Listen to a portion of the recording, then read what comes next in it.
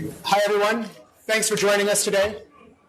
Welcome to those of you in person, and welcome to those of you who are trying out our live streaming thanks to the court's new system. If you're live streaming, please ignore the fake docket number at the bottom of the case. We couldn't figure out how to get that off of the stream for this. We'll edit that out later. Do not call Jenny. The number is 867-5309 if you don't see the live stream. For those of you who haven't met me, my name is John Gaffney. I'm the president of the Court's Historical Society. And thank you all so much for being here. We haven't had an event like this for a couple years now, and so it's good to see such a great attendance as we start back up.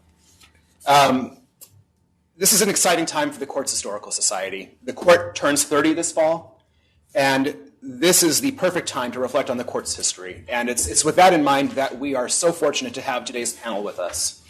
And that segues nicely into today's panel. We have two of the Court's original judges, as well as one of the Court's current judges with us today. And they're going to be talking loosely about the Court's first 15 years.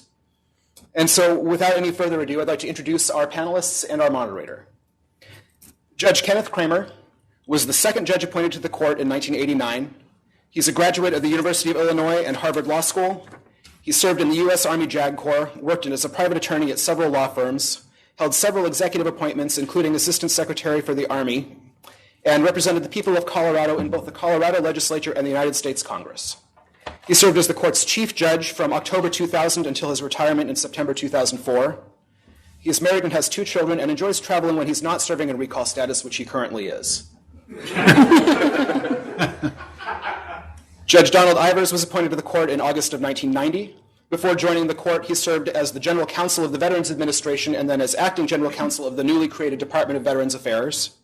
He also held several appointments with both the Department of Transportation and the Republican National Committee. He served in the U.S. Army, retiring from the reserves with the rank of lieutenant colonel, attended the New Mexico Military Institute, the University of New Mexico, earned his law degree from American University, and pursued graduate legal studies at Georgetown. He served as the Court's chief judge also before his retirement in August 2005. He's also married, and he has 3 children. And finally, our moderator, Judge Amanda Meredith, was appointed to the Court in August of 2017, and side note, I cannot believe it's almost been 2 years. For more than 12 years prior to her appointment, she served on the Republican staff of the Senate Committee on Veterans Affairs, most recently as the Deputy Staff Director and General Counsel. Prior to her time in the Senate, Judge Meredith was here at the Court, and we were just discussing how folks have a way of coming back to the Court, including a law clerk and later executive attorney to Judge and then Chief Judge Kramer, and then also as director of the Court's Task Force for Backlog Reduction, which, if I'm not mistaken, was at least partly under the tenure of Judge Ivers. So Judge Meredith's in a great position, having worked both with these judges and now serving at the Court. And without anything else, I'll turn it over to Judge Meredith. Thank you. Thank you. So as both of you know, Judge Farley was initially supposed to be on the panel with you today, but for health reasons, he wasn't able to be here. So I'm wondering if you could start us off by sharing any thoughts you have about him personally or about the work that he did on the Court in the early years.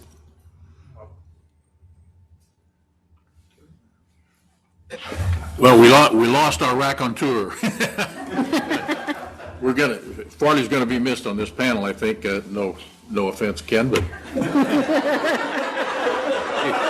he's a good guy, a good friend, and we wish him all the best in his current medical situation.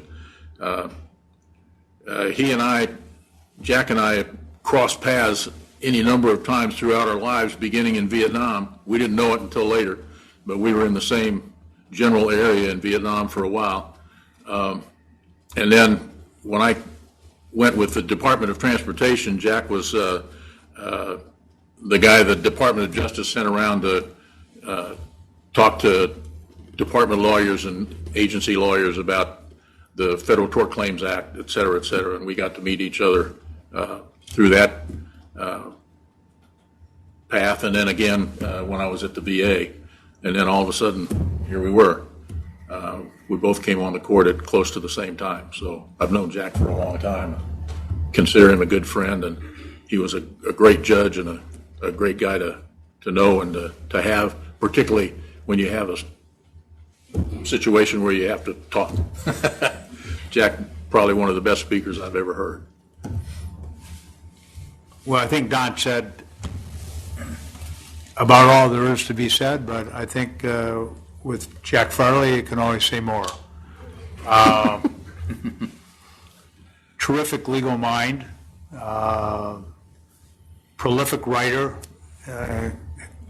extraordinarily talented, and he'll be missed on this panel. And if he comes, he can take my place. He could take over the whole thing. And I will make a quick exit. But he'll be missed, and we wish him we get updates all the time from Alice, and we wish him a very speedy recovery. I understand his attitude is phenomenal given the challenges that he's facing right now. So he will be missed, and I'll make one other allusion maybe to the work of the court. He wrote probably the most cited case, I think, in the court's history, the Gilbert case. And to this day, the court largely follows its precepts, and it's cited repeatedly. Now, by way of, and I think that decision has been generally applauded universally, but I'll give you one caveat. For the record, I did write a concurring opinion in that case. I read it actually right before I came up. I didn't understand it, but I did read it.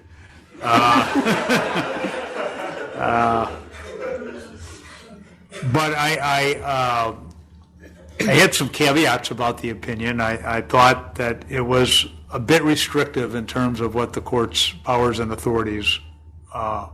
But I have to say, my concurring opinion, I have not seen it cited. But I do have, and I am counting, I believe I have 20 more days of attendance here before I turn into a pumpkin and have to retreat from the spotlight. But I will try in that time to try in some way in one of the opinions that come across my desk, I'll try to cite that concurring opinion before. And I might add, just back to our first chief judge, whose name hasn't come up yet, but will in a few months on a very well-deserved basis. I think the Gilbert and the Franco decision by the chief judge, and he's always our chief judge still, even though I've been one and Don's been one. But when they talk about chief judge, we're sort of on the sidelines. But the Franco decision, which has been widely adopted by the court, has been widely criticized by certain organizations and people that are active with our court, because it has been something that we, for better or worse, utilize almost as frequently as Gilbert. My own views of it, and I will not take up too much time, but the bottom line, it's probably the most practical thing that has ever come down the pike for us, because without it, our backlog would be absolutely intolerable. So we are a court where we don't get to choose our cases. Everybody has a right to come here. For those that follow it, it's scary for those of us facing recall, but the numbers have gone up exponentially in recent years. I think well over 700 a month now is the average number of filings. Thank God for our wonderful clerk who disposes of a lot of those cases for us. But there's no question that without Franco, we'd probably be getting called down to the Hill for a lot of testimony. So that's all I will say about that.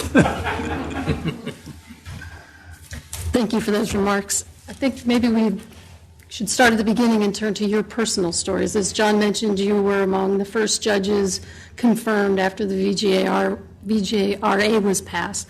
Can you give us a little behind-the-scenes peek at how it is that you came to be part of that first generation of judges? Why were you interested in serving on the court, and how did the president have your names in front of him? Well, the easy question for me is the last one. I had a political background.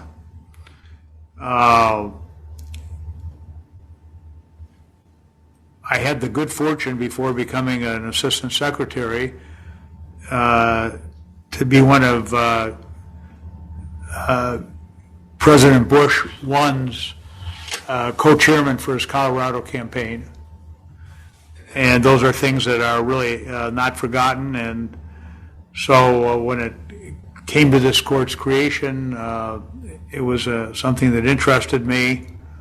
I wanted to try to make some meaningful contribution in government. So I put my name in, and I was very fortunate to have had that credential, because I can, even though people don't really recognize this, having a Reagan appointment as an assistant secretary does not ensure anything in a Bush transition.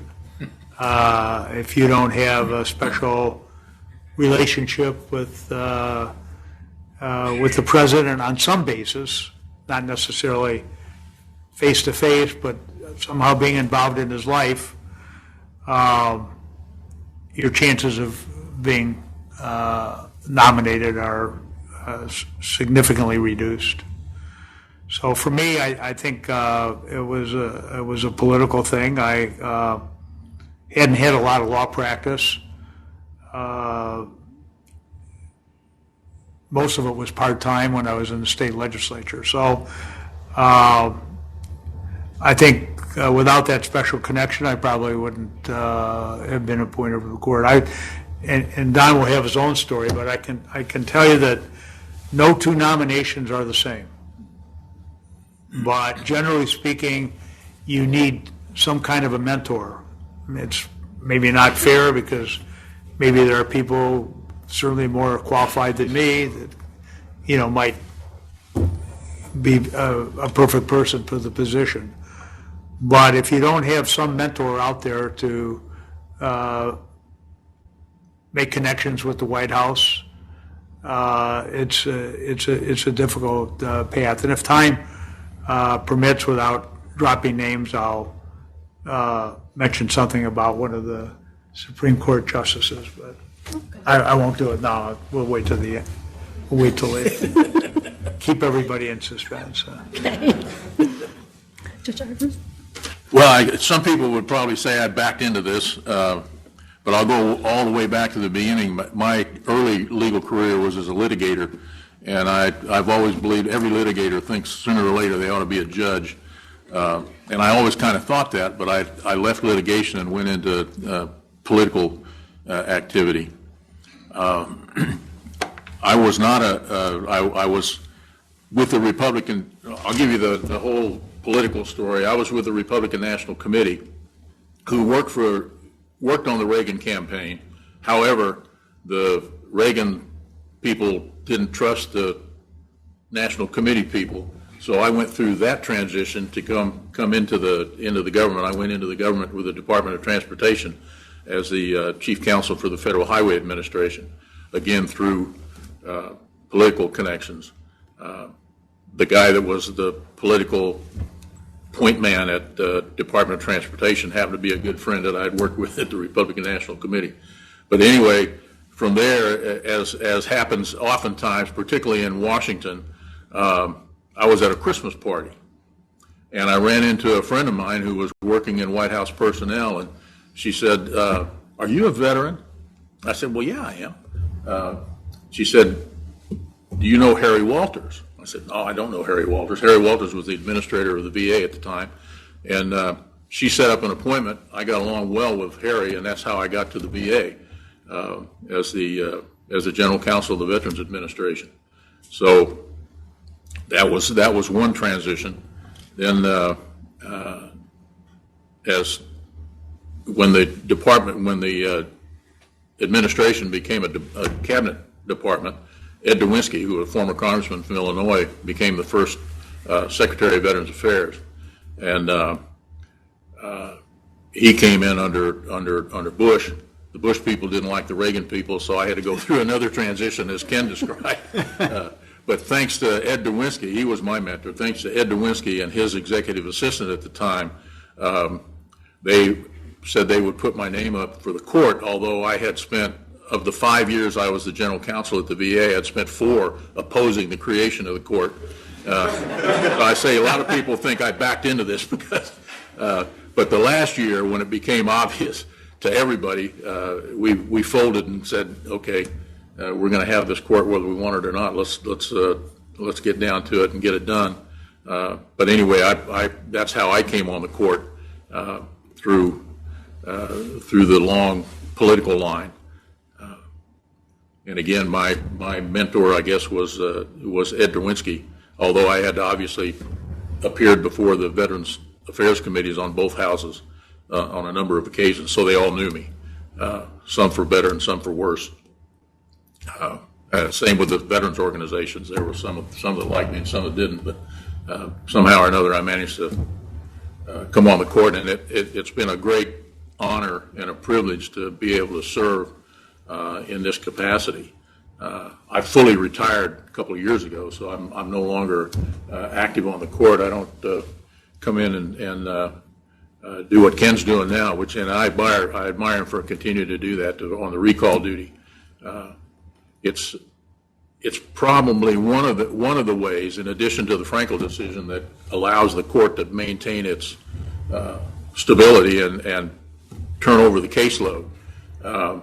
I will add one point. When I was the general counsel of the VA and they were getting ready to create the court, they asked us how many cases we thought the court would get right off the bat, and we said 5,000. And I think, in 2015 or sometime around there, it finally hit 5,000. But so we kind of missed the mark on how many cases the court would get initially. But again, it's been a great privilege to serve on this court. I always love Don's stories, but I hate to sit next to him, not because I don't like him, but I always feel so short. I can lower my chair. I wanted to see if I could prop this thing up or get a telephone book or something. They don't make telephone books anymore, so it's problematic.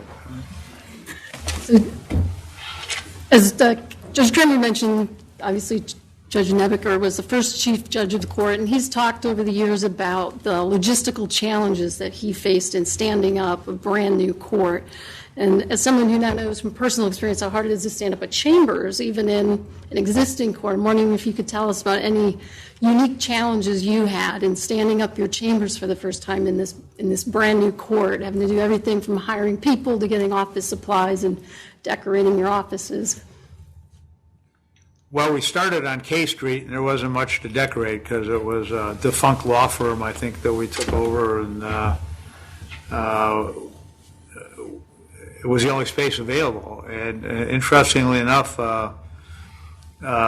Chief Judge Nebeker looked for another opportunity to get closer to the Judiciary Square area, and surprisingly, we only had one offer, and it was from this building. I think the people who were turning us down or weren't interested in us, I think they didn't really understand the nature of the court, and they thought that there was going to be a lot of foot traffic by people that were going to be demonstrating and doing all kinds of things like that. So there wasn't a big crowd standing in line to have us. So we've been here since K Street, and that was the chief judges. challenge in setting up the court, to have a place to be. My biggest challenge was picking the right office, and I failed miserably when we were developing our interior space. All we saw was blueprints. So, you could go over the concrete, take a look, and I said, oh, wow, this greatest view up here on the 11th floor, closest to the Capitol. And then there was another comparable set of windows in floor space next door. So I had my pick. Both had beautiful views, but the east-facing view was a little more beautiful. So I chose that. Little did I know when they put the wall in that separated the two spaces, I got the short end of the stick. And Farley wound up getting an additional office, which so that was one of my challenges in setting up. But realistically, I mean, other than the comedic element, the biggest challenge for me, anyways, was choosing law clerks, because without law clerks, we judges don't function so well, and they, in every judicial system, they play an immensely but unsung heroic role, really. And some people chose their law clerks because the dean of their law school, would recommend somebody. To be honest with you, I didn't even know my dean of the law school, so that wasn't really something that was going to happen with me. So we tried to do it totally on a merit system. We took complete strangers and tried to do the best we could in measuring up their academic credentials, their personalities, and their writing samples. And as you can see, we did a pretty good job with the person sitting to my immediate right, I think. As I remember, you correct me if I'm wrong, but when I saw her transcript, I think the lowest grade she ever had was an A-, and that's both through undergrad and law school. Did I get that wrong? It might have been 1B+. Really? Thanks for letting me In rowing? So that's, for me, that was the biggest challenge, because the physical space is, yes, it's important, and somebody will find you paper eventually. We have a lot of great support staff, but the law clerks are really on you, and that without them, you don't operate very well. I couldn't agree more with what Ken just said. One of the great mysteries of life, at least to me, is who identified and talked Frank Nebaker into becoming the first chief judge of this court.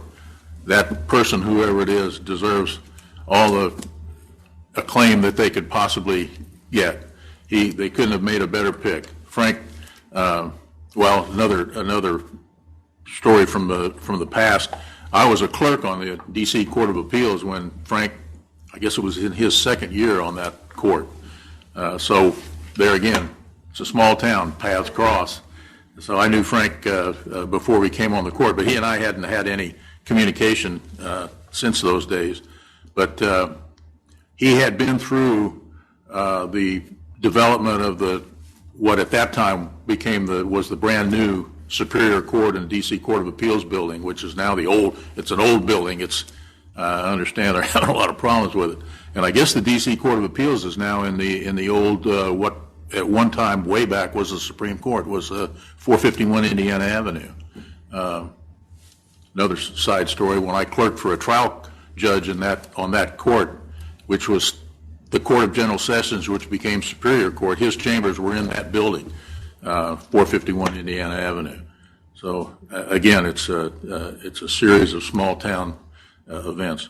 But Frank knew knew what he was looking for and knew what he had to have in order to develop a court, and was able to develop this court in this building, probably against all odds.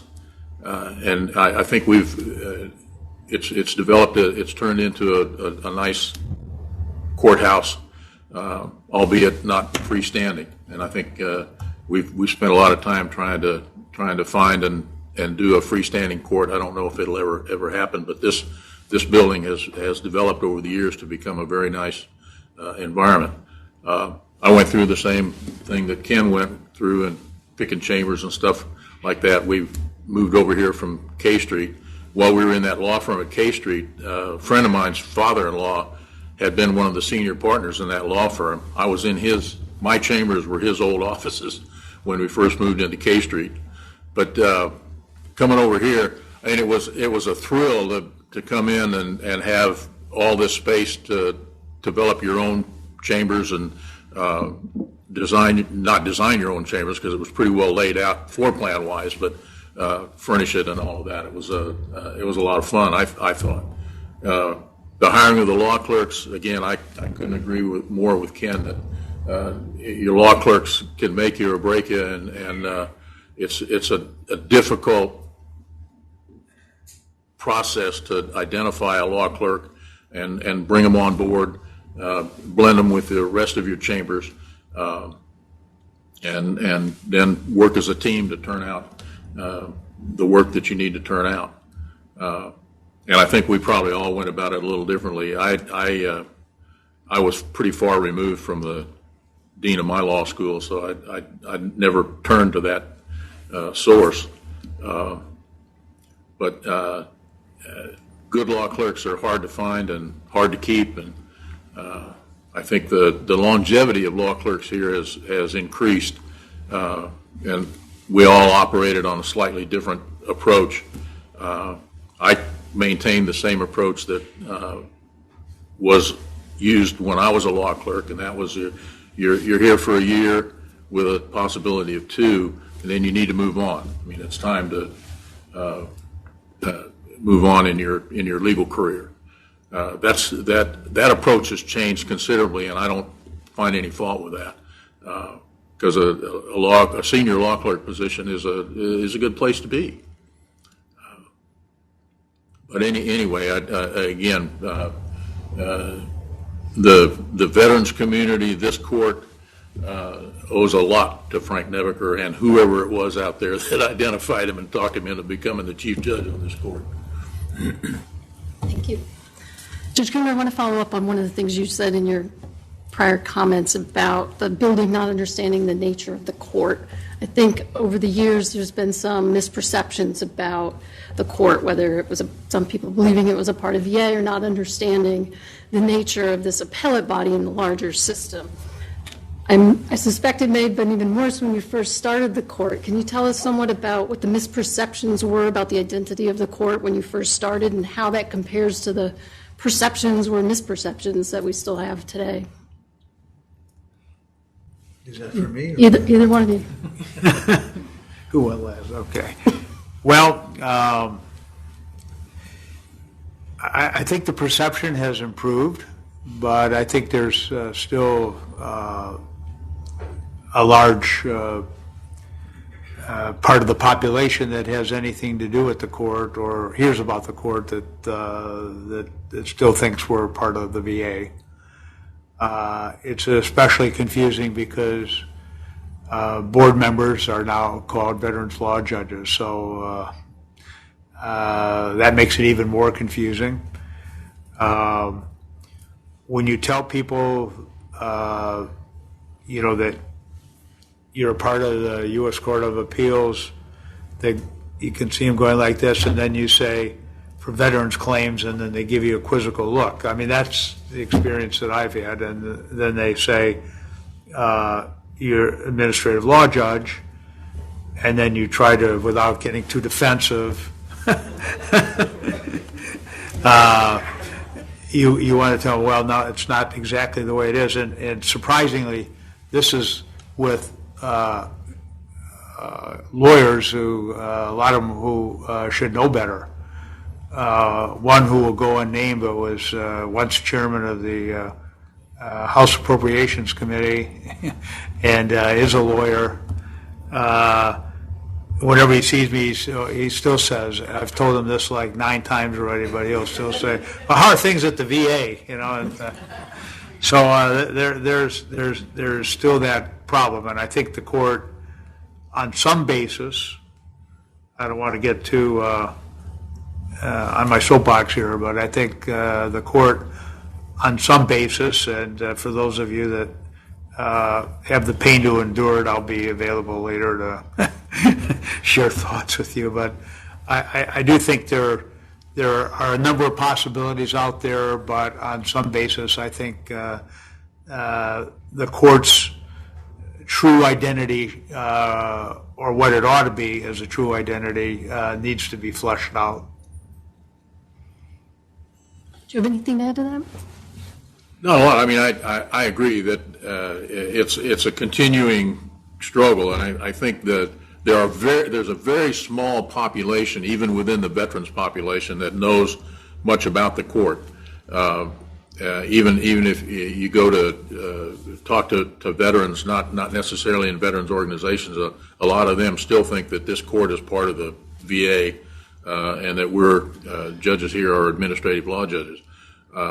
And as Ken indicated, there's a point beyond which it's kind of useless to get into the argument, well, there's Article 3 courts, and there's Article 1 courts, and then there's administrative law courts, and most people's eyes glaze over after the first 2 minutes.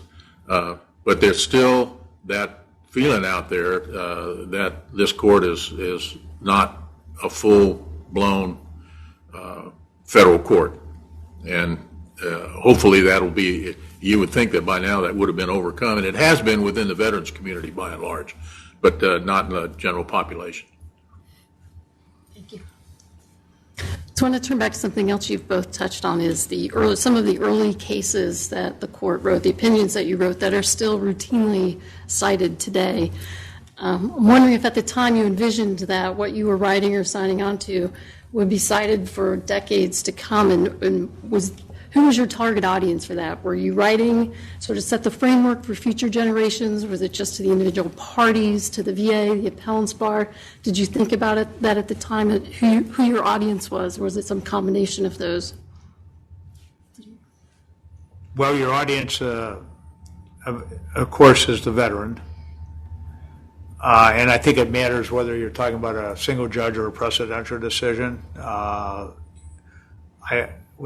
With a single judge decision, I think your audience is primarily the veteran, explaining why the result is as it is, and then trying to sneak it by the other judges on the court when you.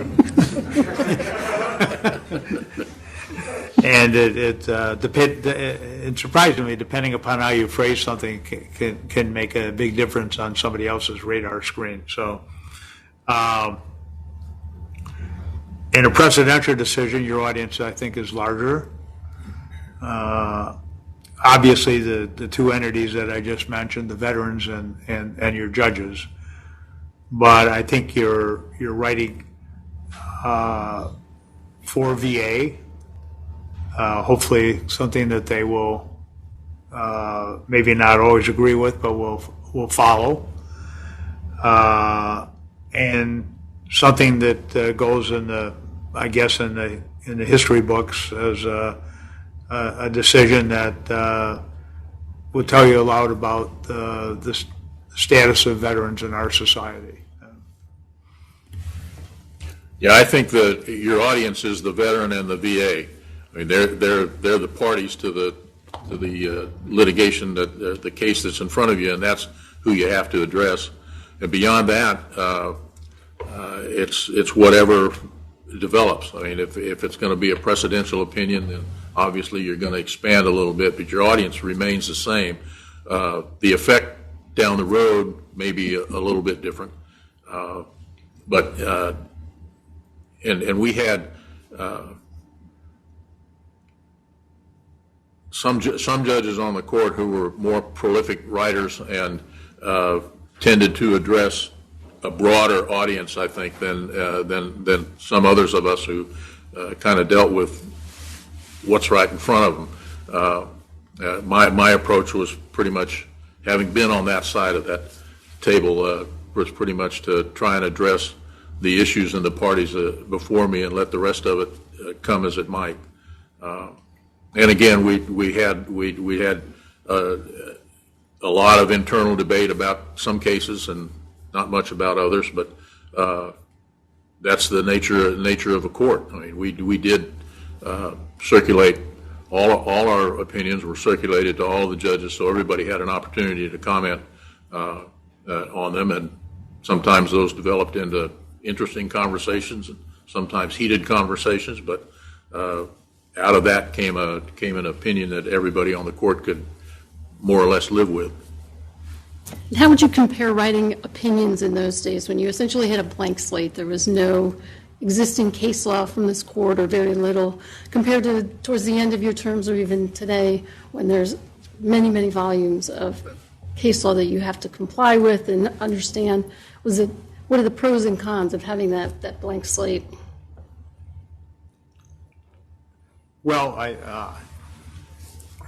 obviously most artists would prefer a clean canvas rather than one that already has a painting on it that you're going to have to either erase or paint over. And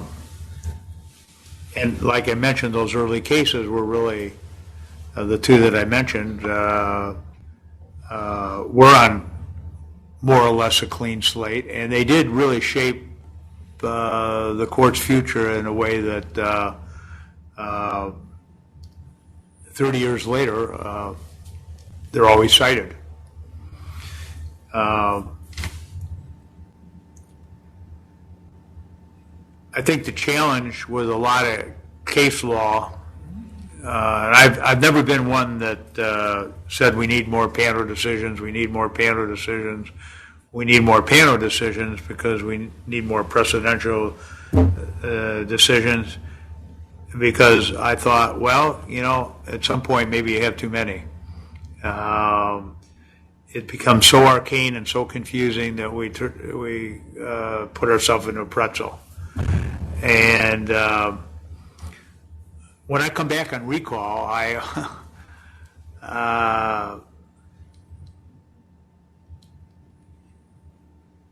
I'm not sure how to express this without giving the wrong impression, but I would probably give the wrong impression. Sometimes I think I should have brought Alice Kearns. She's got something in her office, a little mouse on a wheel, and that's how often I think about what's going on here when I come back, because essentially we're chasing in some manner some of the same issues that we chased 30 years ago. And much of what we do, especially I think with the sometimes unhelpful input of the Federal Circuit, it becomes very circular rather than linear. And when you look across the broad reach of our cases in relatively difficult but relatively a narrow subject range, and then you impose the Federal Circuit on that, you can probably find a case that stands for about any proposition that you want it to stand for. So that doesn't mean, unfortunately, that because there's so much precedent out there that your answer is very clear today than it was when we were writing on a cleaner slate. Now, I know that's sort of a pejorative view. It frustrates me, but I guess we do the best we can given the constraints of the system that we were put into. we were a compromise, a last-minute compromise. Don probably knows a lot more about this than I do because he was very much involved in the, at least behind the scenes in the writing of this thing, or at least on the commenting to this thing. But, they grabbed pieces of this statute, and I think when they got finished, they created some kind of a hybrid, but they weren't quite sure what they created. And unfortunately, I think that problem still persists in some of the identity crisis issues that I mentioned earlier. So, but that said, I think the court has had a wonderful impact. When I came here, decisions were being made by VA essentially based on what was in the mind of the adjudicator. They sure weren't written down. And often it was sort of a behind-the-scenes conversation between the 3 board members that they had at that time, one of whom was a doctor. And the doctor would say, well, this is how it is medically, and then all of a sudden the result would occur. But what we really, I think, where we really helped and had the biggest impact is we now have decisions that are many, many more times better than they were when we started.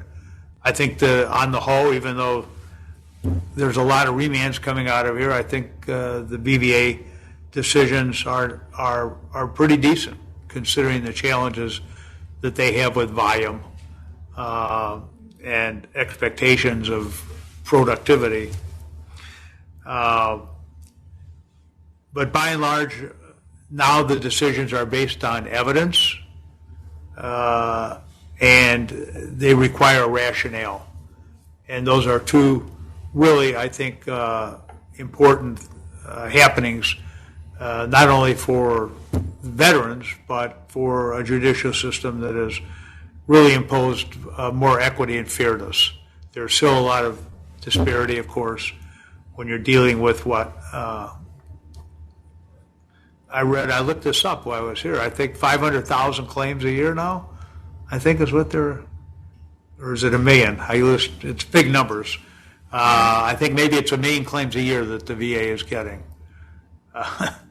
It's mind-boggling. So given all that there is to work with, and unfortunately at the local level where these things first get decided, you have a relatively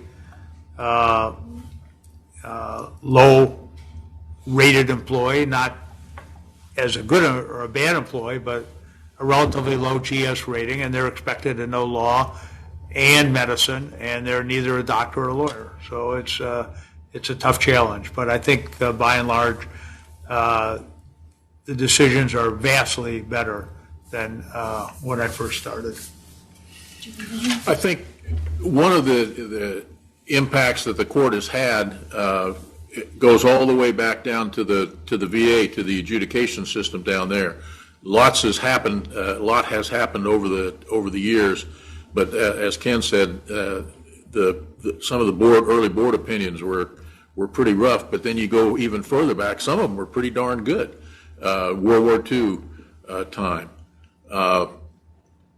But the VA got overwhelmed. But I think what has happened with the imposition of the court on that system is it's compressed the need for information, so that when an adjudicator looks at a case now, they have a much more complete record, or the ability to get a more complete record of the individual veteran than existed over a number of years. There were so many records lost, so many records not made over time, and now it's a more complete product. It's huge in some cases coming into the VA, but they have more to deal with there, and thus more to provide to the BVA. I think what needs to happen, and I have no idea how to do it, but the VA needs to make more of an effort to resolve those claims finally at the VA level. And I don't know how you do that, whether you offer settlements and okay, here's what we're going to agree to pay, you take it, you're done, no appeal, that kind of thing. And that's not going to be acceptable to the veterans community, but that's one way to cut off the volume that's coming into the VA and up through the system into the court. Again, I don't know, I don't have an answer to that, but there's got to be a way. Things continue to change too at the VA level. I just read today, I guess Congress just passed some legislation that provides for Agent Orange benefits to Blue Water Navy. That's going to add a significant number of cases, and I don't know, they haven't figured out yet how to define the Blue Water Navy off the coast of Vietnam, but that's going to add a lot of people because there were a lot of ships out there and boats that never came onto Vietnam or into Vietnam or even into the territorial waters of Vietnam at some point. So that's going to add another, I don't know how many thousand cases to the load that's already out there. And those things keep changing. It's a constantly developing world at every level. And we're not even at the top of it because we've got to deal with the Federal Circuit in reviewing our opinions, and they had to start from scratch. I mean, they didn't have to start from scratch as a court, but they had to start from scratch with veterans issues they'd never looked at before. So we all learned a lot in the process. I don't know how we're doing on time, but One more question, maybe, and then open it up to see from the audience. okay. So I guess we'll just end with maybe some final thoughts. Maybe you can tell us the Supreme Court story that you were holding back. But, I guess generally. Well,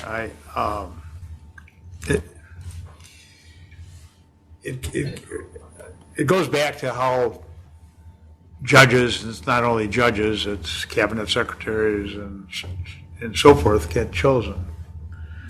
And we mentioned mentors. But when I was in the state legislature, I had an office of sorts. It was bigger than a broom closet, but not much bigger. And I actually shared that office with a person who stared at me. We had the same desk, except we sat across from each other. And that person was Ann Gorsuch, who was the mother of Neil Gorsuch, and we were pretty friendly and copacetic, and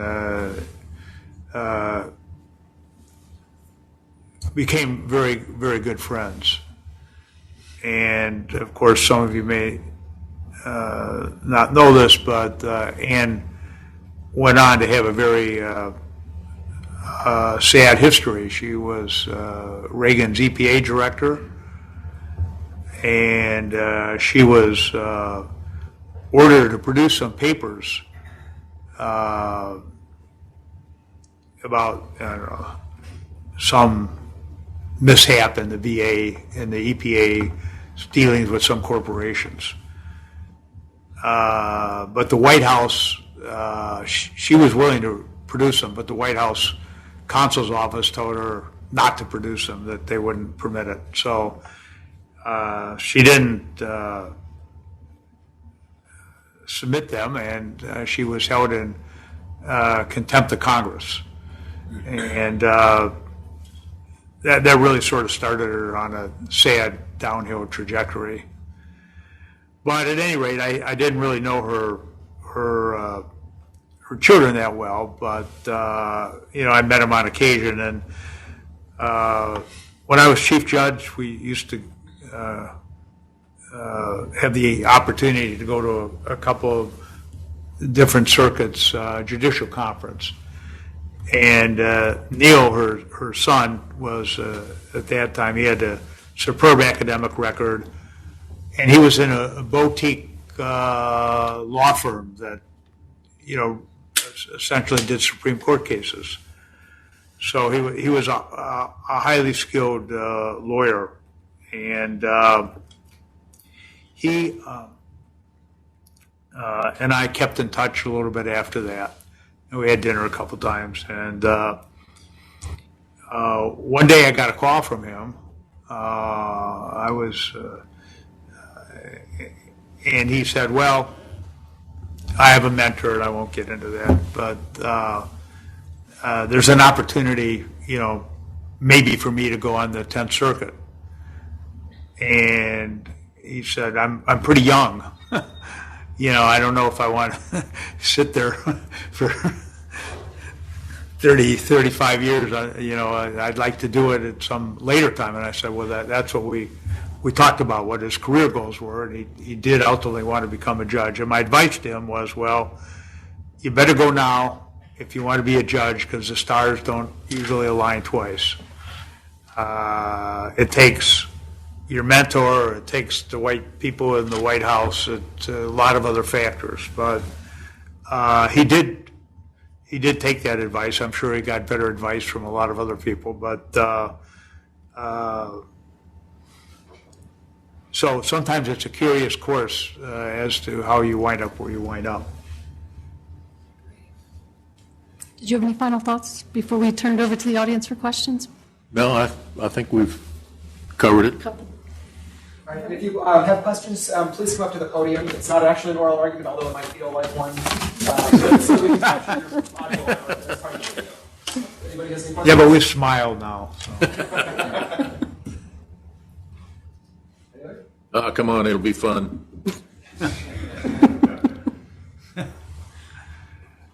Well, nobody else will. Are you going to pull them out of your... Yeah, no. So the court's about to lose two of its sitting judges. Judge Sholin and Judge Davis are coming up on the end of their terms. And hopefully soon after that, we'll have two new judges taking their place. What advice would you give to them coming to the court for the first time? New judges? Yes.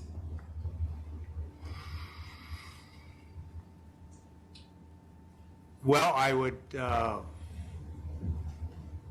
sort of advise them as I've advised myself, that law clerks come first. And it's really, really important to have those that are talented and those who you trust and who also you can get along with.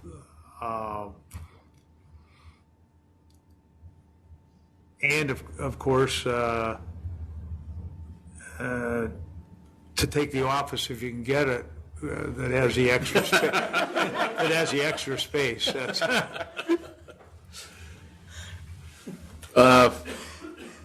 Well, one of the things that we didn't have was the ability to talk to sitting judges on the Court of Appeals for Veterans Claims, and I would advise them, once they find out that they're being considered, to try and contact one or more of the judges that are currently on the court, if they know them, and chat with them about how it is here,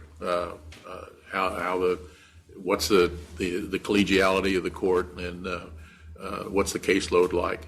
And again, then they have to start thinking about where do I go to get good law clerks, and how do I go about that. Thank you. Anybody else? We all had Frank Nebeker to talk to. He'd been a judge forever. I actually just wanted to stand at the podium. No. So I was. Hey, don't you do the may the please the court thing? Or? Oh yes, well. And if you were Judge Hagel, I'd definitely have to button my jacket. So you've now both had the experience of being a recall senior judge, something that at the beginning, of course, couldn't have happened because there were no people who become senior judges until you all stepped into that. He even had to rewrite the rules to make it happen. Right, and so I know that this is something that Judge Meredith and I have talked about. How would you change, if at all, the way in which the court uses senior judges? Do you think it works well? And I ask that because it seems to me that as the court grows, there's going to be a larger cadre of people who are eligible to be senior judges. And right now we have a system where sort of one size fits all as to how it works. And I just wondered how you all thought that worked. Can I take the Fifth Amendment? I don't Motion denied. I don't want to make any statements against self-interest. Well, it's sort of feast or famine. One day you got a pile in your inbox, and another day it may be kind of empty. So I pride myself, for better or worse, I work quickly. I don't know whether I work correctly, but I work reasonably quickly. And I think the biggest challenge that the court has not yet met, they have not followed the brilliant policy written by Judges Kramer, Ivers, with the assistance of Alice Kearns, and we had two active judges. I have to mention them. Judges Bartley and Peach. I better mention her because, gosh, she's going to be my boss here pretty soon. But anyway, we wrote this brilliant policy, and it's sort of followed, but not exactly. I think that the permanent staffing of the senior chambers is a problem. I think there's only once when I had Drew Steinberg. I had him 2 years in a row, but other than that, I don't see the same face again. So it's always a a challenge. It's like a new clerk, so they got to get used to you, and you got to get used to them, and so forth. So, and then of course, our senior clerks, I think, have a proclivity to look for something maybe a little more, I don't know how to put this, permanent, safer, or at least an environment where they don't have to deal with multiple judges, which is difficult for them. So, no names, but I got notice today that I will be losing one of my more productive clerks in short order here. She's going to be moving on to bigger and better things. So that I think is a big challenge. And I must say, the last time around, I had at some time, I think I had as many as certainly 5 and maybe 6. And they were in all states of, one was taking a bar exam, and one is a great guy, he's an opera singer, and he was going to relocate and work for a district court in North Carolina. But I mean, an interesting bunch of people, but they're moving all over the place. And the one thing they're doing, they're all trying to get away from me. So, and that seems to be a constant. And we do have a lot of, and I'm pretty old school because I'm old. So I'm not great with IT. A lot of the senior clerks work remotely, which makes my job, for me anyway, a little more difficult because it's not the way I would prefer to function. And I may see a lot of these people like once a week. Well, that's what I do. I see them once a week. So I don't control that deal. That's I'm just a cog in the wheel, and that's above my pay grade. So I just but that is, I'd say, the biggest problem that I see in the lack of consistency and constancy.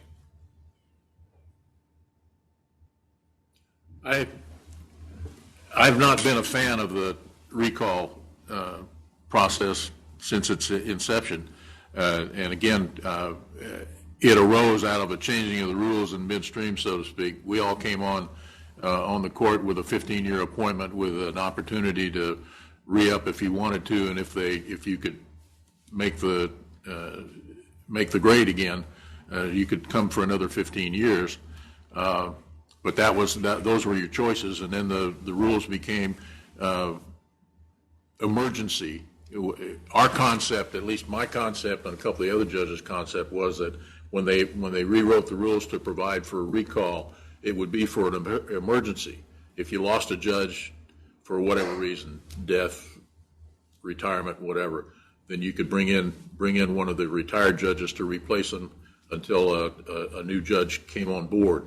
It got expanded beyond that for various and sundry reasons, some good, some bad, and I'm not sure that the current system is the best system, but that's up to the current judges to decide. I mean, is this program benefiting the court and the veterans community by bringing old guys back on a regular basis or an irregular basis, or does it got, I guess I'm rambling, but the process got to be far more institutionalized than it was perceived at the beginning. And again, I don't know, I've never felt like it was being particularly beneficial to the court, other than cleaning up ash and trash that was around that the other judges didn't want to mess with, while you had these retired judges that could come out and do it. I think it's grown a little bit beyond that, but those are my thoughts, and I'm not a part of the process anymore, so I don't have to be concerned with it. I did help write the policy. I don't know whether the policy's been totally implemented or not, but we worked for a while on trying to develop a plan, a policy, a staged process where it contributed more to the institutionalization of the recall situation than I would have preferred, but that was the direction it was going at the time. Anyway, I'm not sure. I am not sure how beneficial recall is to the court, and that's for the active court to decide. All right. Well, thank you both very much for being with us today. I think Judge We finally stirred one up. We have time for one more, Judge, if you want to.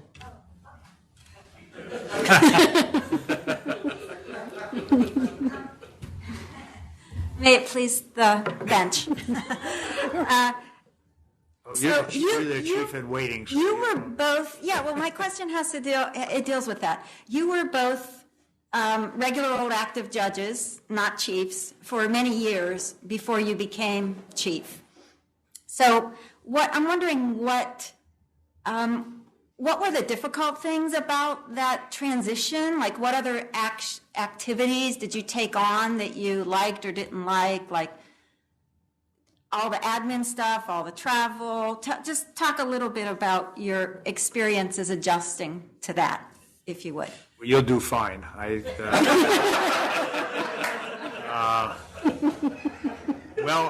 extracurricular activities, other than doing cake, what I did, I would highly recommend, but that's a personal thing, of course. But I did enhance the role that Alice now holds. Sandy Montrose, who some of you probably know or at least heard of, under Chief Judge Nebeker, she kind of was a jack of all trades, and she did some casework, and she did some things for the Board of Judges and the outside committees, and I felt that it needed to be a little more structured than that. So, as any good bureaucrat would do, I created more jobs, and so we wound up with both a counsel to the board, which was in those days Sandy and is now Alice. And we wound up with a newly declared executive attorney, which was sort of the chief of cases in the office. And that's exactly what I did because, do I tell tales out of school? I don't know. That's why we're here. Pretty embarrassing. But like I said, I'm sort of old school. I don't really believe in internal memos that much. I think they take up a lot of time, and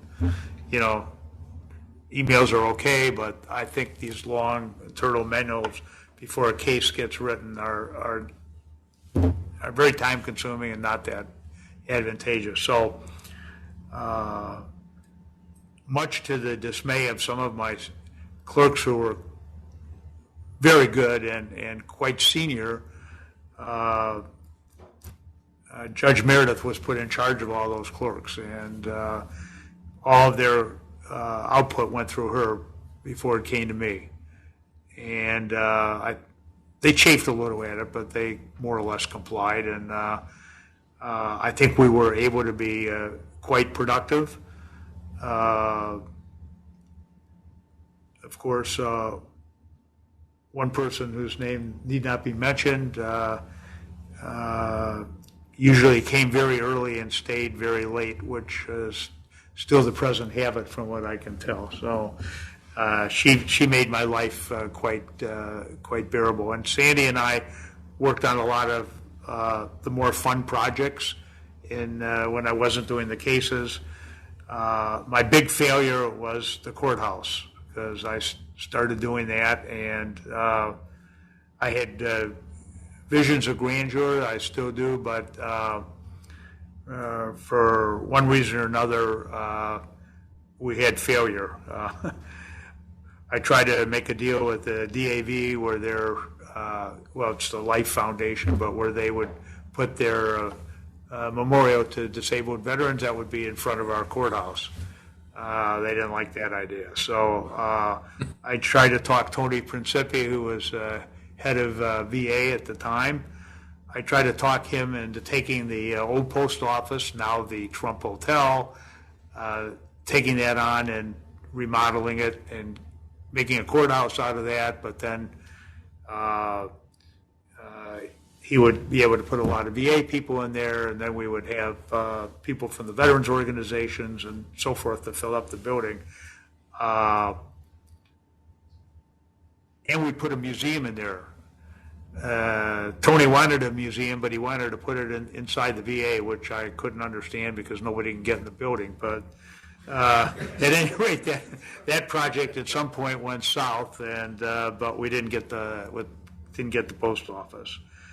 So I can go through a lot of other sites with you where we failed, but I want to share a few accomplishments with you. We, not in any order of importance, we put, after 9/11, we put Mylar on all the outside facing windows so that if there was an explosion anywhere in the general vicinity, everybody wouldn't be shredded with glass, because we have an awful lot of glass that faces out to Indiana Avenue. We got a bar association going, which I think is a great thing. We got oral arguments at law schools going, which I think is far exceeding my expectations now. And last but not least, we created a garage downstairs where we have a gate. Now, some of you may not think of these as major accomplishments, but those are some of the things that I got to work on, and some legislation, which I've always very, very much enjoyed, the legislative part. One thing this court has been blessed with from the very beginning is an excellent administrative staff. And that's one area that you will have to rely on because you're going to have to split your time between the administrative responsibilities of the chief judge and the normal chamber's responsibility of the chief judge. But if you've got a staff you can rely on, staff you can turn to, it makes the job a whole lot easier. All you have to do is make sure you know who they are, where they are, and meet with them on a fairly regular basis to make sure you understand what's going on down in the administrative end of the court. Other than that, the things that Ken mentioned are continuing concerns of a chief judge. The law school arguments expanded significantly after I was chief judge. I had very little to do with that, and the garage was Ken's baby. But again, one of the keys to surviving as a chief judge is to have make sure you've got good admin people taking care of the everyday things that personnel, finance. If those things don't run smoothly, you've got a problem on your hands. But other than that, good luck. Well, that seems like a good place to stop. Thank you again very much for joining us. Please join me in a round of applause for our panel.